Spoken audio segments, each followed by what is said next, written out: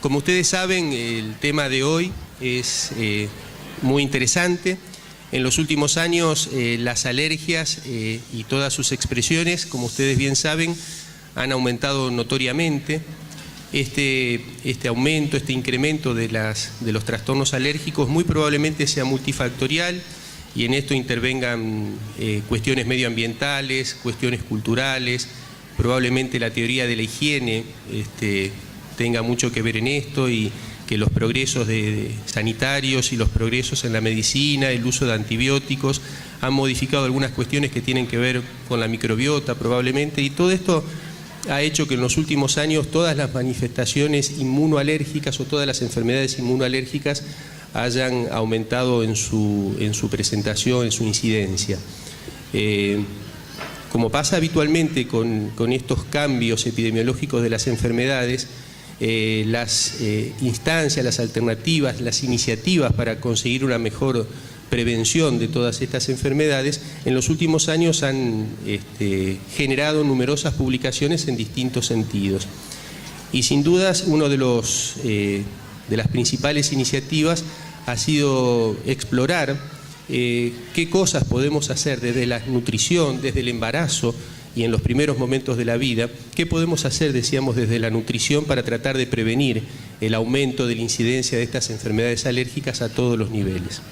Y sin dudas, si hay alguien que probablemente pueda ilustrarnos en el tema y pueda aclararnos muchas cuestiones, es la doctora Sibel Koletzko, quien nos acompaña y nos va a deleitar seguramente con su conferencia. La doctora es la secretaria actual de la Sociedad Europea de Gastroenterología, Hepatología y Nutrición, es expresidenta de la Sociedad Alemana de Gastroenterología y Nutrición y es una de las principales investigadoras del programa GINI, que es un estudio multicéntrico de 10 años de duración en donde se evalúan 5.000 niños en Alemania con y sin antecedentes alérgicos y cómo impacta distintos aspectos, entre ellos la forma de alimentación y las cuestiones nutricionales en el desarrollo de este tipo de enfermedades alérgicas. Con lo cual, sin dudas, nos va a poder, como les decía antes, ilustrar con respecto a este aspecto de la nutrición y su implicancia en la prevención de enfermedades alérgicas. Habiendo hecho esta introducción, le pido a la doctora Koletzko si puede iniciar su conferencia. Gracias.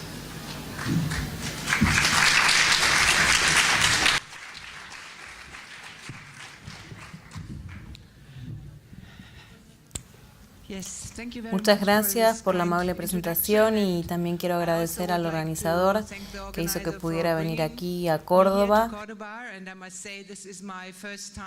Y debo decir que es mi primera vez en Argentina. Soy muy afortunada de quedarme algunos pocos días más después de la conferencia para conocer su hermoso país. Bueno, el tema del que voy a hablar es acerca de la posibilidad de reducir el riesgo de las enfermedades alérgicas a lo largo de la vida. Este es mi potencial conflicto de intereses. Lo primero que quiero mencionar es cómo incrementa la posibilidad de padecer alergia en los distintos tipos de estas, cuáles son los posibles mecanismos para reducirlo y luego cuáles son las posibilidades de prevenirlas en los pequeños durante el embarazo o el amamantamiento, en la dieta de la madre o en la leche de fórmula y finalmente cuando ya incorporan comida. Bueno, como los pediatras sabemos, hay básicamente 4 tipos de alergias: alergia a las comidas, eczema, asma y rinitis, y que existen distintos momentos pico en la edad del niño en las que se despiertan. Como verán, los picos de alergia a las comidas y eczema se dan en la primera infancia. Y si pensamos en la intervención temprana, donde el sistema inmunológico aún es inmaduro, donde el niño básicamente solo se alimenta del pecho de la madre o de la leche de fórmula, y luego el periodo en que va incorporando comida sólida. Una cosa que debemos responder incluso antes de ninguna intervención es que puede que la alergia haya ocurrido antes y eso pasa particularmente con el eczema.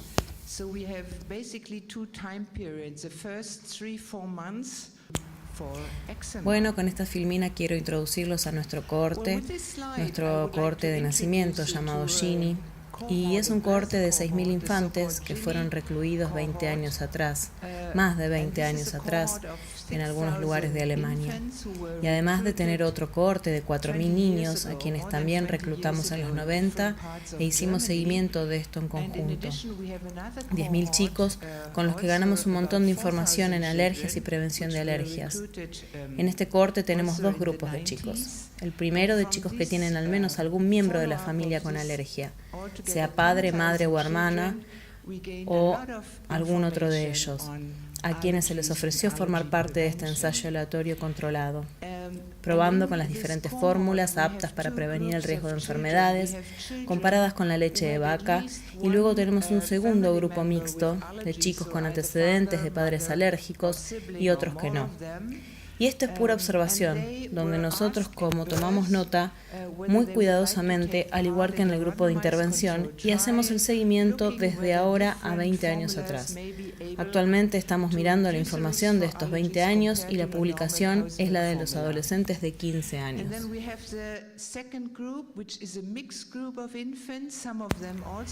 Pues estos dos cohortes, el de intervención y el de control, nos permitió comparar chicos quienes pasaron por un estricto protocolo y otros que fueron amamantados y nunca recibieron la fórmula de intervención. Pudimos comparar la diferencia de amamantamiento con los que tienen alergia y los que no, y aprendimos mucho. Les quiero mostrar algunos resultados. Cuando miramos a estos miles de chicos, de los cuales muchos de ellos solo han desarrollado un tipo de alergia, y en qué momento se les presenta según la edad. Esta línea púrpura que señala una dermatitis atípica o eczema, notoriamente se va reduciendo a medida que el chico crece. Lo opuesto ocurre con la rinitis alérgica. Aumenta, y algo similar con el eczema, que aumenta a cierta edad hacia la pubertad, que vuelve a bajar. Y esta es la de la alergia a las comidas, un poco más alta en los primeros años, que empieza a decaer a lo largo de los años. Entonces, en las diferentes edades se esperan distintas prevalencias de las alergias. Y esta imagen les muestra la presencia de una enfermedad coexistente. Entonces, si miran el eczema en los niños, el día de mañana la mayoría de ellos solo tendrá esa alergia, eczema. Sin embargo, unos pocos tendrán alergia a las comidas o asma, y después otros pocos que sufran las 4 enfermedades alérgicas. Si tienen alergia a las comidas, es mucho más probable que la mayoría de ellos tengan otras alergias. Con la rinitis se trata de un poco menos, y con el asma de nuevo una gran cantidad. De manera que también es importante la información, que si un bebé tiene asma severa, probablemente no tenga otra alergia a lo largo de la vida. Esto es bueno para calmar a los padres. Todo esto que llamamos enfermedades autoinmunes y alergias son una mezcla de genéticas con predisposición, y hemos identificado ya algunos genes que son los responsables de aumentar el riesgo. Estos genes tienen el papel de barrera en la piel y también en el intestino, y causa estos efectos en el microbioma, alterando la función inmune. Por supuesto, el aumento que se observa en las últimas décadas de estas enfermedades inmunes son en gran parte debido a un cambio en nuestro entorno, factores ambientales que son factores de riesgo también para las alergias. And these genes play a role in a disturbed barrier function at the skin, but also at the gut, and a disturbed immune response. And this all affects the microbiome, and the microbiome again has an effect on immune function. And of course, the increase which we observe over the last decades of this immune-mediated disease. El eczema, como dije, es muy común durante la infancia, y hay 3 tipos: leve, de gravedad moderada y grave. La más común, el 60%, que el niño desarrolla eczema en la infancia durante los primeros años. Luego tenemos 3 tipos: los niños que lo desarrollan temprano y es transitorio, los que lo desarrollan temprano y persiste, y los que lo desarrollan más tarde en la vida o incluso alguna vez, como cuando salen los dientes.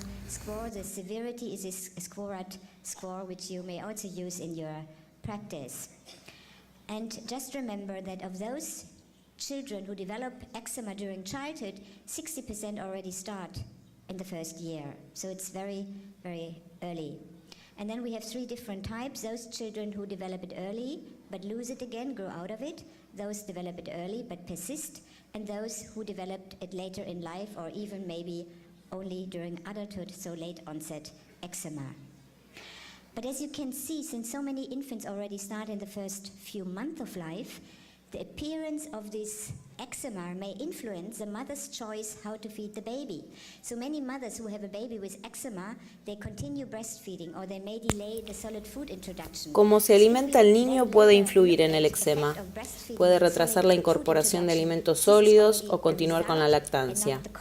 Si nos fijamos en efectos de la lactancia y alimentos sólidos, ya es un resultado y no la causa, por lo que llamamos riesgo de causalidad inversa. Quizás el niño no tiene eczema, por lo que debemos ser muy cuidadosos en la interpretación de datos de estudios de observación y lo mejor es que estén controlados. Ahora vemos en estos ensayos cómo el eczema realmente influye en la calidad de vida de estas familias. Sobre un cuestionario a 450 niños, los padres califican de leve a moderado la manera en que afecta la calidad de vida según el comportamiento como para dormir. Y es fácil ver cómo afecta la calidad de vida cuando el eczema se da en forma severa, según indica el marcador. Realmente se piensa en la reducción del riesgo del eczema con el fin de reducir el efecto que causa en estos niños y en su familia, como así también los costos para la sociedad. ¿Cuál es el impacto de los genes en estas enfermedades inmunes y alergias en particular? Si uno de los padres o hermanos lo padece, tiene el doble y triple de posibilidades de sufrirlo. Y esto es así para todas las alergias y también para el subgrupo de niños con eczema. También se muestra que incluso sin tener descendencia familiar, hay un alto riesgo para los niños de padecer alergias. Estos son datos de países industriales y en países con menos cambios ambientales el riesgo puede ser menor. Entonces, este cuadro de nuestro cohorte de nacimiento muestra en comparación niños que fueron exclusivamente amamantados durante 4 meses sin fórmula u otros alimentos del grupo de prevención, con los de aquí del grupo de observación. Quiero decirles que en esta época, en los años 90, se recomendaba amamantarlos durante por lo menos 4 meses y mucho mejor si eran 6. Retrasar la incorporación de sólidos para así reducir el riesgo a las alergias. Durante este periodo de 4 meses de intervención se recomendaba darle leche de fórmula de las 4 calificadas según el programa, si es que la madre decidía o no podía darle más el pecho al menos, y solo incorporar un alimento sólido por semana, recién al cumplir los 5 meses de vida del niño, y evitar cualquier tipo de alimentación que aumentan el riesgo de alergias, como la leche de vaca, huevos, pescado, nueces o cítricos durante el primer año. Les pedimos a las madres que lleven un registro de todas las comidas diarias, con lo cual tenemos un verdadero seguimiento y control de todos los síntomas que puedan manifestar el bebé. Por lo tanto, tenemos un gráfico preciso de lo que el niño consumió diariamente, en una semana, en un mes y durante todo un año. Y luego nos fijamos si seguían nuestras recomendaciones, por lo que estos son 165 infantes no seleccionados donde miramos los registros y podemos ver durante la primera mitad todavía. Estos 160 bebés de verdad no recibieron huevos o peces. Pocos tenían algún producto de los que no recomendamos, por lo que realmente ellos cumplieron con nuestras recomendaciones, con demorar la incorporación de alimentos sólidos en la alimentación. En comparación con el grupo de control que no lo hizo, que no formó parte del grupo de prevención, que no debían seguir ninguna recomendación, siempre buena comida, alimentación de la madre y hacer lo que quisieran e incorporar los alimentos sólidos antes. Pero si nos fijamos, estos dos grupos que tienen una historia familiar de alergias, la línea negra es la de los que estuvieron en observación y la roja de los que estuvieron en la prevención, pero eran totalmente amamantados. No hay absolutamente ninguna diferencia en la incidencia acumulada de eczema durante los primeros 6 años. Y esto nos dice que al menos en este momento, en esta cohorte, la incorporación de alimentos sólidos no jugó un papel importante. Por lo que se supo que fue retrasar la incorporación de sólidos no fue la mejor que incorporarla. Si comparamos estos dos grupos de chicos con antecedentes familiares de alergias con aquellos que no tienen antecedentes, se puede ver que los que sí vienen de una familia alérgica tienen el doble de riesgo de desarrollar eczema. Y esta duplicación se produjo en los primeros años de vida, y entonces importa e influye la persistencia en los genes y duplica el riesgo de eczema. por lo que confirmamos estos datos, pero también podemos ver que de 1 a 6 años no han desarrollado una nueva alergia y tienen el 15,5% de padecer eczema en los ojos, por lo que no es cero. Ahora, este es el mismo gráfico del grupo que no tuvo intervención, pero podemos ver aquellos que no estaban siendo completamente amamantados y la madre no le estaba dando ningún tipo de fórmula. Así que esto era un grupo que no fue intervenido para que puedan libremente alimentar con cualquier tipo de fórmula, pero vemos el mismo gráfico de aquellos que tienen antecedentes familiares de alergia y que duplican su riesgo de sufrir eczema, por lo que las curvas se ven casi idénticas al grupo de lactancia únicamente. Sabemos que el Gini es responsable y el más importante. Esta filigrana en verde muestra que si tiene una mutación en su gen, entonces tiene una disfunción de barrera perturbada y puede sensibilizarse a través de la piel o el intestino. Y de nuevo miramos a aquellos chicos que tenían esta mutación y los que tenían mayor riesgo por antecedentes familiares. Y todos los factores de confusión se duplicaban, por lo que muestra que los genes son un factor para preocuparse. Hasta este momento podemos concluir que la predisposición genética es importante para el eczema temprano, para el comienzo temprano o el eczema persistente, pero no para el comienzo tarde del eczema, por lo que no vemos ningún impacto más adelante sin antecedentes de familiares alérgicos, casi un 15 a 18% de riesgo de desarrollar eczema, y la exclusiva alimentación con leche materna durante los primeros 4 meses no previene el eczema. Bueno, ahora vamos a ver qué pasa con las otras alergias, la de rinitis y el asma. Para los que nosotros llamamos estudios de campo, aquellos niños que se criaron en el campo, cuyas madres trabajaron en un establo con vacas y cerdos, y los chicos jugaron con estos animales, y los niños jugaron en este ambiente, tienen muy alto riesgo de reducir el asma tardía y alergias, pero es muy interesante ver que no hay diferencia si proviene del eczema. Entonces, otra vez, se muestra que el impacto de los diferentes ambientes son diferentes en estos 3 tipos de alergias. El mecanismo pareciera ser diferente si tenemos diferentes genes, diferentes mecanismos de interacción con el medio ambiente, y esto también nos acerca a la idea de que no podemos prevenir todo. Entonces, se ha demostrado que con la nutrición temprana básicamente tenemos un impacto en el desarrollo de eczema, pero mucho menor en la rinitis y el asma. Y esto particularmente para el inicio temprano del fenotipo. Lo que quiero que se vea es el riesgo de malinterpretar los datos si se da la causalidad inversa. Cuando la madre cambia la alimentación, si el niño ya tiene síntomas, y podría mostrar claramente en nuestra cohorte que es una relación casual, que necesita estos estudios prospectivos de intervención. Pero, por supuesto, para algunos estudios digamos que la lactancia materna no se puede hacer aleatoria. Y la dieta de la madre durante el embarazo o la lactancia debe ser según lo recomendado, y las diferentes leches de fórmula y alimentos sólidos. Ahí sí que tenemos buenos datos. La colaboración Cochrane trata de la dieta materna de exclusión, donde se les recomendaba a las madres hacer aleatoria la ingesta de huevo y leche durante el embarazo, y podemos ver que a pesar de todos los diferentes tipos de alergia de eczema, urticaria alérgica del asma y cualquier condición atópica, no hubo diferencia si la madre cambió su dieta o no. Es decir, que no se puede recomendar una dieta de eliminación a las madres durante el embarazo o la lactancia materna, ya que no existe una reducción del riesgo del padecer alergias si la madre excluye algunos alimentos específicos, y creo que estas son muy buenas noticias para las madres al no tener ninguna restricción. Y tenemos algunas indicaciones de nuevo desde los estudios de cohorte sin intervención, que comer pescado durante el embarazo puede reducir el riesgo de alergias más tarde en la vida del bebé, y también que el consumo de maní por parte de la madre puede reducirlo. Pero estos son datos observacionales. Bueno, lactancia. Ya dije que ahora solo tenemos datos de estudio observacionales y vemos que las madres que amamantan completamente son muy diferentes de aquellos que dan la mamadera en el primer mes de vida de lactancia exclusiva. La madre no fumadora normalmente tiene una mejor educación y los diferentes antecedentes socioeconómicos, e introducir los sólidos más tarde a sus bebés. Por lo que tenemos que ser muy cuidadosos con la interpretación de los datos observacionales, pero hay algunas metaanálisis tratando de ajustar los factores de confusión.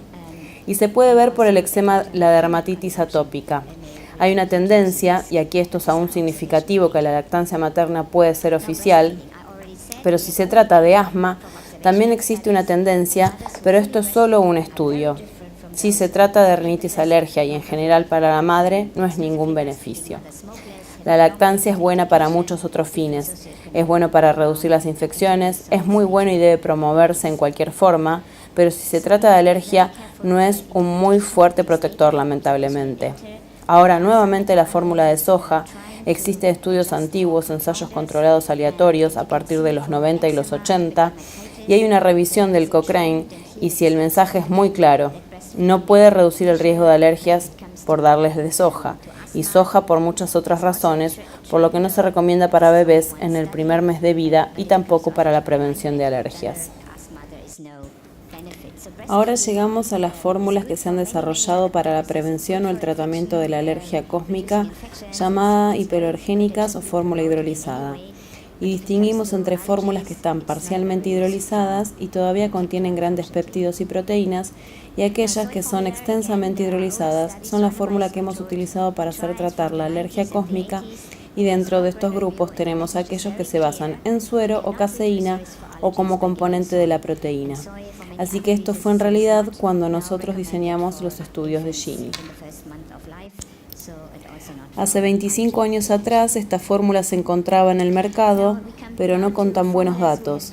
Hemos solicitado al gobierno alemán por dinero, así que esto fue un estudio independiente de la industria para buscar comparar 3 diferentes tipos de leche de fórmula.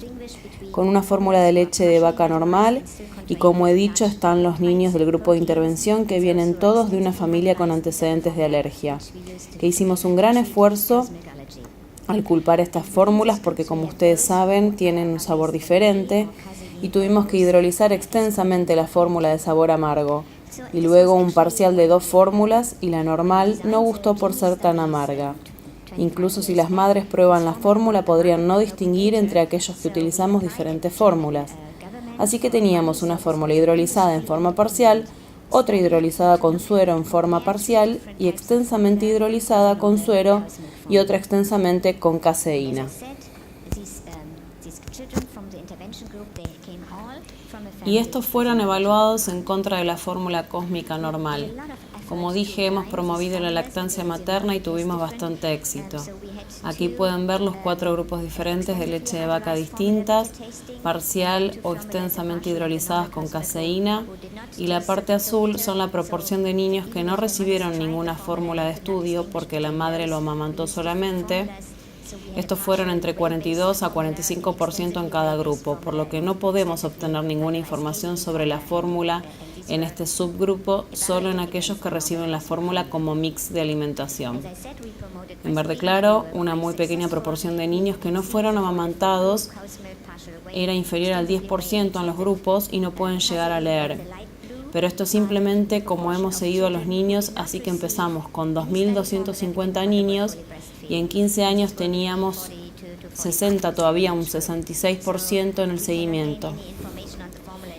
Hemos perdido chicos, pero todavía están más de la mitad de los niños después de 15 años, que es bastante bueno.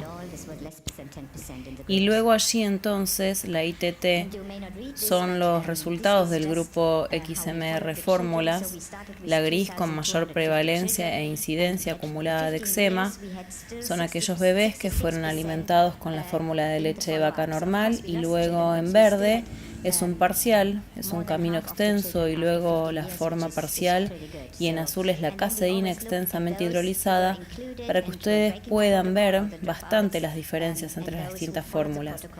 Y verán que la diferencia se produjo principalmente en el primer año, que fue llevado a cabo a lo largo de los años. Cuando nos fijamos en la incidencia acumulada de manera, puede también ser algo engañoso, así que también nos fijamos cuando los niños tenían 15 años.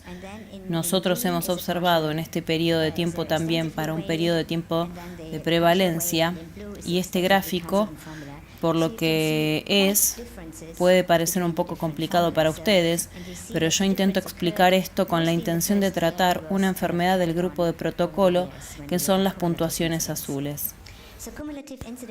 Es una incidencia acumulada que he mostrado en los otros gráficos para que puedan ver con atención. Para tratar tienen una reducción significativa en la forma parcial, en azul, y en el de caseína lo mismo, y en la púrpura incluso un mayor efecto. Y las puntuaciones de blanco es un periodo paralelo para niños que ha tenido eczema entre las edades de 11 a 15. Entonces realmente durante la edad escolar se puede ver incluso aquí, puede ver estas diferencias significativas, por lo que es realmente un efecto muy duradero, incluso con 15 años, quienes les fue indicado especialmente fórmula hidrolizada tenían menos eczema en ese periodo de tiempo, así que creo que es bastante impresionante este efecto duradero. Hubo muy poco o ningún efecto sobre el asma, solo esta fórmula mostró menor prevalencia en este periodo para la fórmula de caseína y lo mismo para la fiebre de heno. Pueden ver que hay una tendencia a tener menos fiebre de heno en comparación con la leche de vaca. La leche de vaca es siempre una línea de modo. Existe una tendencia a que estos bebés que han sido alimentados con algunas de estas fórmulas menos seguras tengan fiebre de heno más tarde en la vida. Y estas son todas manifestaciones alérgicas juntas. Ahora también miramos si esta específica contra la leche y el huevo también, porque saber que son sensibles al huevo es mala predicción para el asma más tarde y la rinitis alérgica. Pero si comparan los grupos extremos, incluso para aquellos bebés que han sido amamantados plenamente y los bebés que reciben leche de vaca en fórmula durante 9 meses, sin diferencias de 12 meses, sin diferencias de IgE específica frente a la leche de vaca y ninguna diferencia con la sensibilidad ante el huevo. De nuevo muestra, aunque estaban completamente amamantados, por ese tiempo un punto de muestreo de algunos bebés que ya eran sensibles, por lo que algunos pueden ser sensibilizados durante el intervalo o en vida o a través de la piel.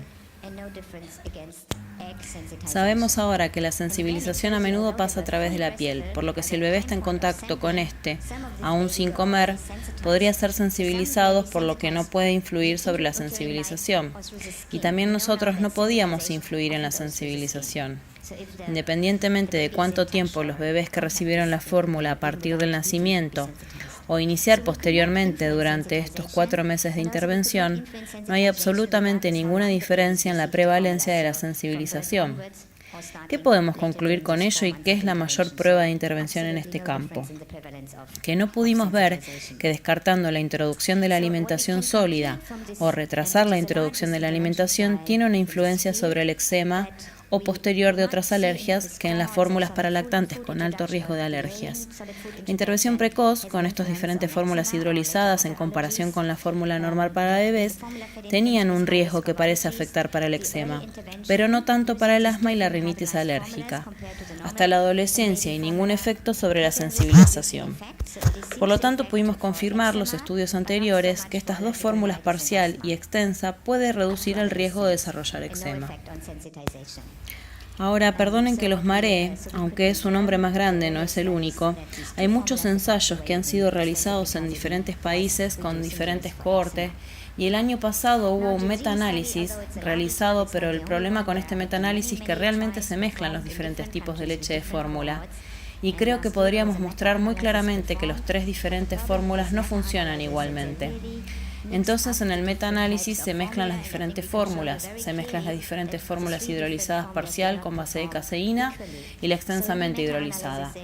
Y creo que esto no se debe hacer. Es muy similar a lo de los probióticos, no se deben mezclar y realizar un metaanálisis sobre diferentes cepas probióticas. Así que ustedes realmente tienen que mirar en una sola fórmula. Por lo que respondemos a este metaanálisis y presentamos los datos, y estos son otro tipo de datos, y cada vez que usted tiene un punto rojo, puede ver que realmente hubo una reducción significativa, de manera que pensamos que el concepto es válido, que se puede reducir el riesgo con diferentes fórmulas. Ahora la parte final es alimentos sólidos, y durante muchos años, como he dicho antes, la regla fue una recomendación de la Academia Americana que comenzó en sociedades internacionales y nacionales diferentes, que los niños procedentes de una familia alérgica deberían tener más adelante la introducción de alimentos sólidos, y en particular los huevos, la leche, el pescado y el maní. Hasta ahora la pregunta es, ¿puede tener una influencia la evasión o es aún un concepto erróneo? Y que si se daba anteriormente puede inducir tolerancia Inducción con alimentos sólidos cuando el bebé tiene 4 meses y más. De nuevo tenemos datos de estudios observacionales con alto riesgo de causalidad inversa. Así que necesitábamos ensayos clínicos aleatorizados, controlados, y ahora tenemos todos, son muy recientes. La mayoría de ellos han sido publicados en los últimos 2 años y ustedes pueden ver que se llevan a cabo en diferentes países y continentes.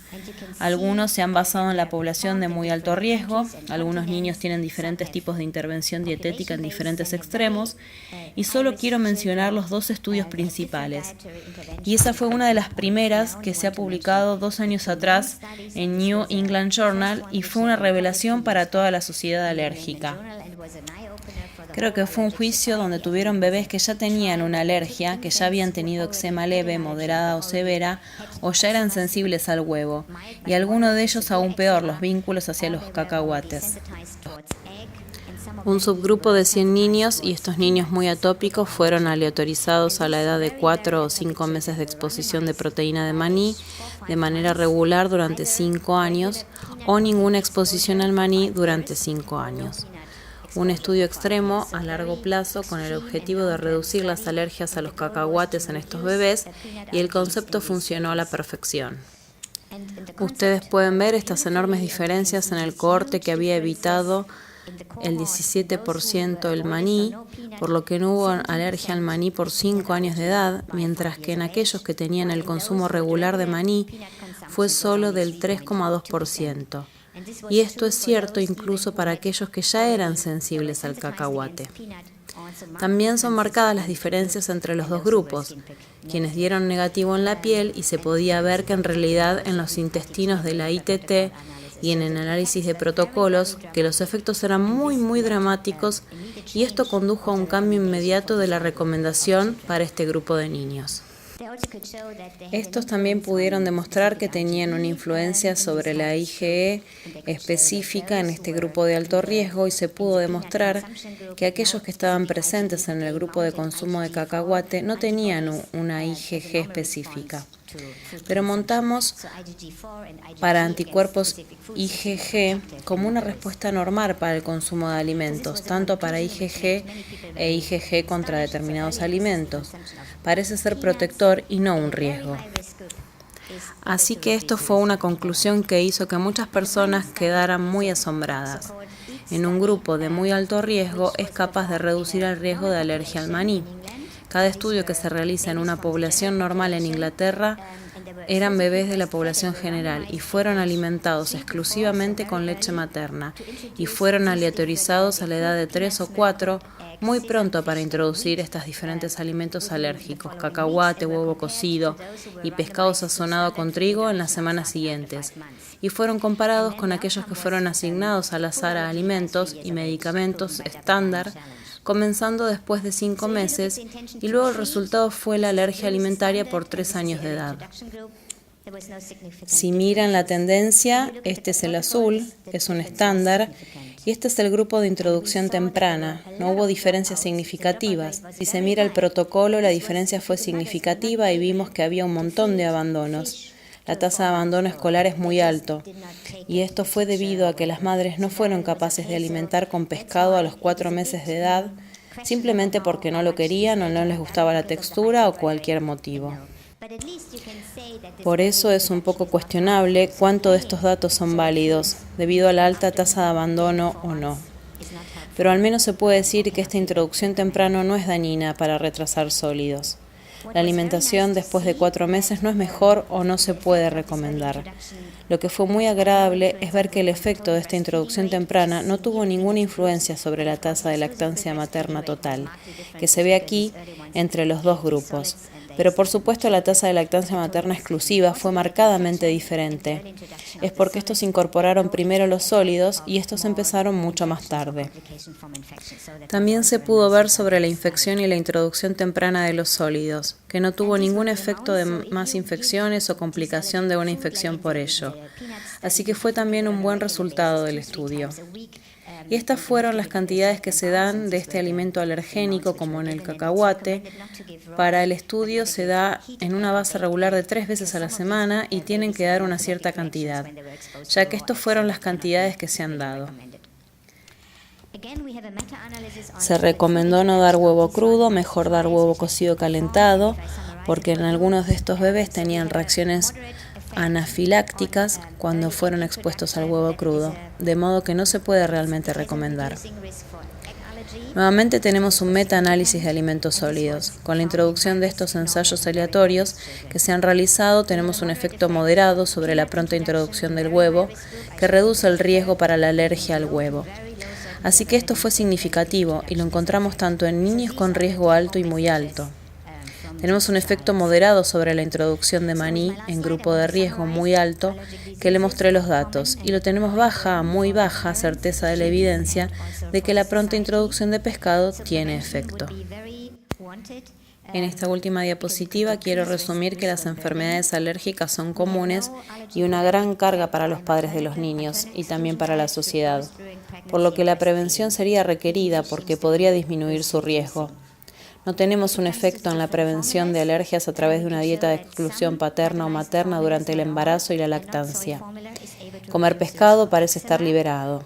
Si se trata de las diferentes fórmulas que podría demostrar que algunas fórmulas hidrolizadas, no todas y no una fórmula de soja, son capaces de reducir el riesgo para el eczema, pero no así para las otras enfermedades alérgicas si comparamos a la fórmula cósmica.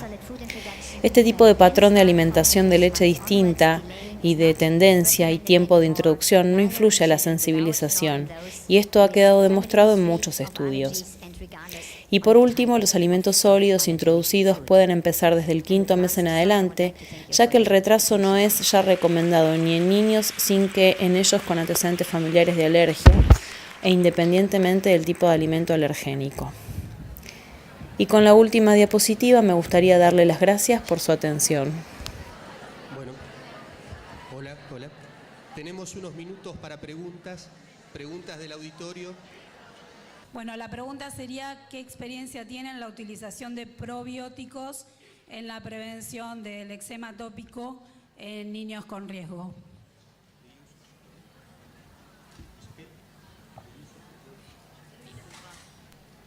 Probiotic? Okay. Yeah.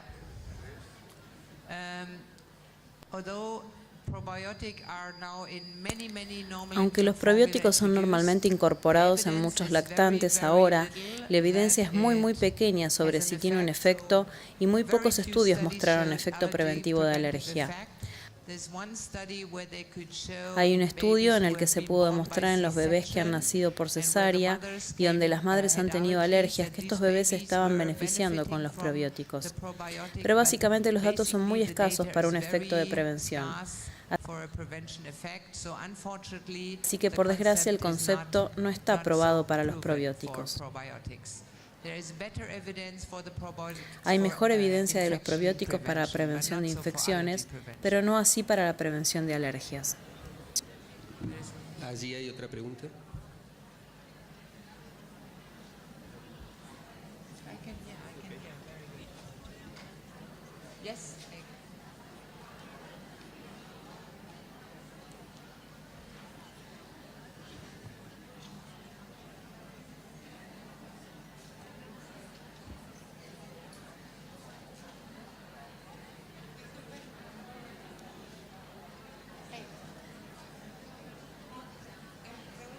Bueno, tenemos una pregunta aquí, primero que funcione, ya tiene el micrófono, después volvemos.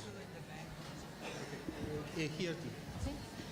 Bueno, muy clara su presentación, quería felicitarla y bueno, si bien yo provengo de Chile, nuestras costumbres son más o menos las mismas en la alimentación y quería saber desde qué momento introducen ustedes el maní, porque dentro de las alergias, o sea, lo más claro que tienen ustedes respecto a la introducción del maní, que nosotros en general usamos bastante poco durante los primeros años de vida. Entonces, nuestra alergia, si bien tenemos alergias alimentarias, no es fundamentalmente al maní.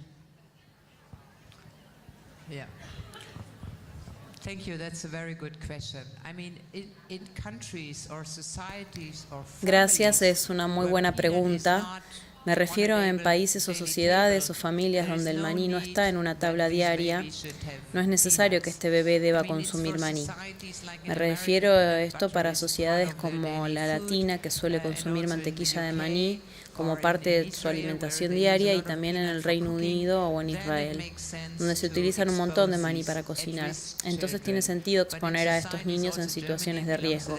Pero en las sociedades como la de Alemania, que disponemos de muy bajo riesgo de alergia al cacahuate y utilizarlo sobre una base regular, no hay necesidad de dar a estas familias de niños. Doctora. Buenos días, muy buena exposición. Me queda en la exposición que usted habló del trabajo de las alergias alimentarias en el grupo hasta 15 años.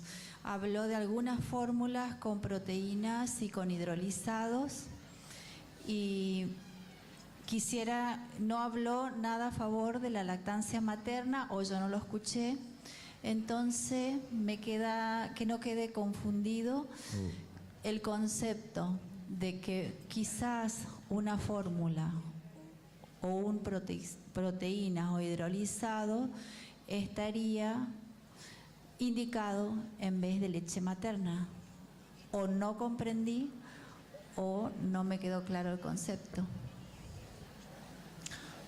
Thank you for this question. I think it is very important to clarify. Gracias por esta pregunta. Creo que es muy importante aclarar que no recomendamos ninguna fórmula. Recomendamos la lactancia materna. Es mejor, no hay duda. Y como lo muestran las curvas de la lactancia materna y la lactancia artificial, eran muy iguales en ambos grupos. El grupo de riesgo y en el grupo de no riesgo. Pero también podría mostrar que la lactancia materna puede prevenir las alergias. Así que estamos hablando de madres que deciden dar la mamadera en los primeros 4 meses de vida, por la razón que sea, porque no quieren o no tienen que volver a trabajar o tienen problemas, independientemente de si una madre decide amamantar al bebé. Si vienen de una familia de riesgo, estos bebés pueden beneficiarse de estas fórmulas hidrolizadas. Pero esto no significa que la alimentación con esta fórmula es mejor que la de la madre en ninguna forma.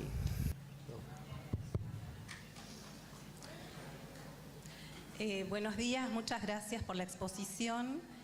Un poco en la misma dirección que la pregunta anterior, si la leche materna no puede ser randomizado los grupos, y considerando que en Argentina la fórmula hidrolizada es carísima, especialmente la exclusivamente hidrolizada o enteramente, ¿qué sentido tendría incorporar la alimentación temprana o semisólidos a los 4 meses, cuando a la humanidad le costó años llegar a esta conclusión de los 6 meses y todavía estamos con el 37% de lactancia exclusiva a esa edad?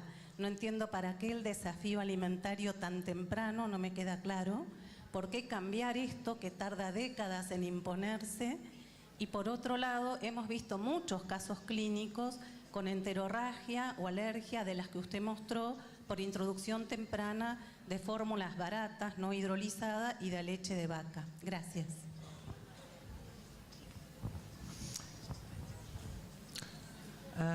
Okay, yeah, money is an issue for many families in many countries. Bueno, sí, el dinero es un problema para muchas familias en muchos países, y luego, por supuesto, un pediatra tiene que decidir qué recomendar a estas madres. Quiero decir, si una madre es pobre o no tiene ingresos, e incluso si tienen las alergias, pero no pueden afrontar el gasto, entonces la mejor cosa que pueden hacer es amamantar, y luego, por supuesto, si la madre no puede permitirse la fórmula hidrolizada, normalmente ella debe dar una fórmula de leche de vaca normal y no debe sentirse culpable. Esta es la estadística que reduce el riesgo, quizás un 30%, pero me refiero a si la madre no dispone de dinero para el resto de la familia, se tiene que tomar una decisión. Es una prevención, no es indispensable.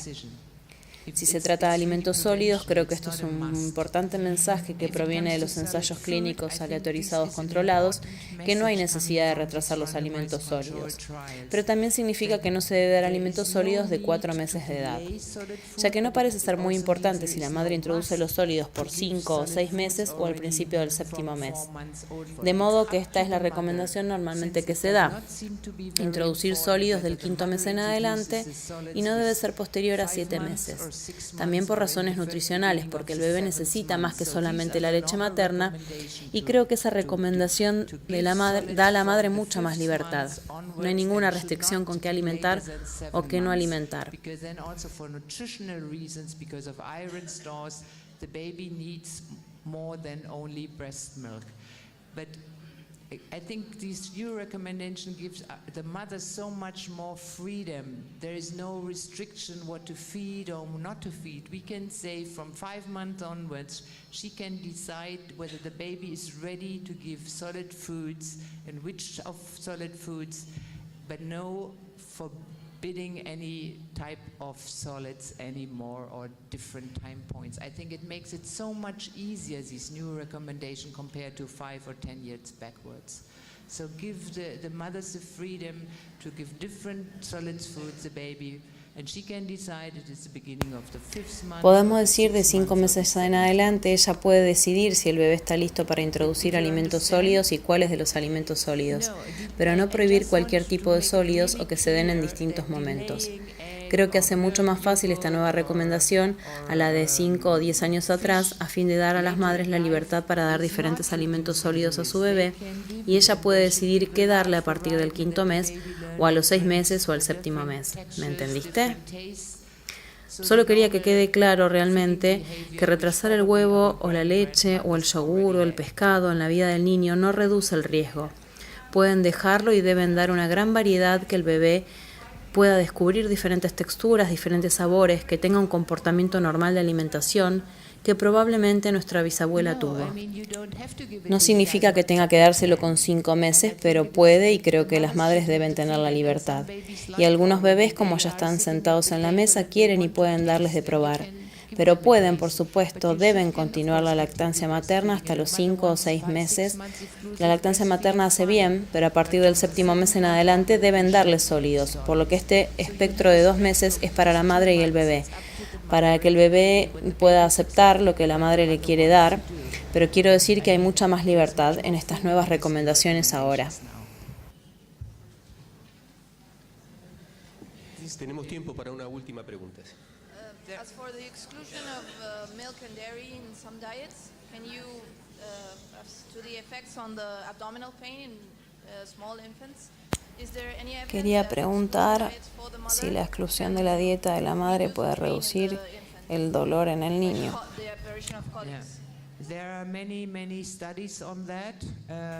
Hay muchos estudios sobre que el efecto es muy poco y la carga para la madre es muy alta, por lo que la recomendación es que no.